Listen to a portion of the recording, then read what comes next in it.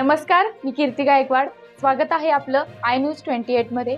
चला तर मग जाणून घेऊयात महाराष्ट्रातल्या ताज्या घडामोडी. खापा येथील प्राचीन भवानी माता मंदिराला चढवला 9 फुटाचा कलश, खापा वासियांनी दिले सहकार्य. खापा शहरातील बाजार चौकात प्राचीन भवानी माता मंदिर असून नुकता देवस्थानाचा जीर्णोद्धार करण्यात आला. या अनुषंगाने भवानी माता मंदिरावर तब्बल 9 फूट उंच तर हनुमान मंदिरावर 2 फूट उंच कलशाची स्थापना करण्यात आली. खापा येथील भोसलेकालीन भवानी माता मंदिराची स्थापना 300 वर्षांपूर्वी खुबाळा गावातील सावरकर घराण्याने केली होती. ते प्राचीन असण्याबरोबरच एक जागृत मंदिर आहे. मातेच्या अलौकिक दर्शनासाठी येथे वर्षभर दूरदूरचे भाविक हजेरी लावतात. मंदिर ट्रस्टचे विद्यमान सचिव देवराव दाढे यांनी सांगितले की मंदिरात स्थापित भवानी मातेची मूर्ती अद्वितीय असून या समान मूर्ती अन्य कुठेही नाही. मंदिर परिसर जीर्ण झाल्यामुळे 2001 मध्ये प्रत्येक तत्कालीन अध्यक्ष पुरुषोत्तम बोंद्रे यांच्या नेतृत्वाखाली मंदिराच्या जीर्णोद्धाराचे काम पुन्हा सुरू करण्यात आले. परंतु काही अडथळामुळे मंदिरात वर्षानुवर्ष कलश स्थापित करता आला नव्हता. अखेर ग्रामस्थांच्या व व्यापाऱ्यांच्या मदतीने 5 एप्रिल रोज शुक्रवारला 12:58 शुभमुहूर्तावर पंडिताकडून विधिवत पूजा व हवन करून तरुणांनी 50 फूट उंच मंदिरावर 9 फूट उंच कलशाची स्थापना केली.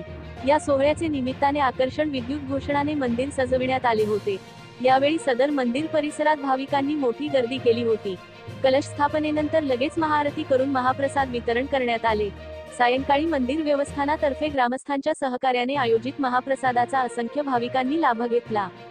मंदिराचा विकास करावा. भवानी माता आणि कोराडीची माता जगदंबा या बहिणी असल्याचे स्थानिक जाणकार भाविकांनी सांगितले. परंतु महाराष्ट्र शासनाकडून दर्जा न मिळाल्याने आजही मंदिर परिसराचा विकास झालेला नाही. उल्लेखनीय म्हणजे कोराडी देवी मंदिरासाठी 214 करोड देण्यात आले, मात्र खापा येथील भवानी मंदिराला 1 रुपये शासनाने दिलेला नाही. करिता कोराडी मंदिराच्या धर्तीवर प्राचीन भवानी माता मंदिराचा विकास करावा अशी मागणी भाविक व ग्रामस्थांमधून होत आहे.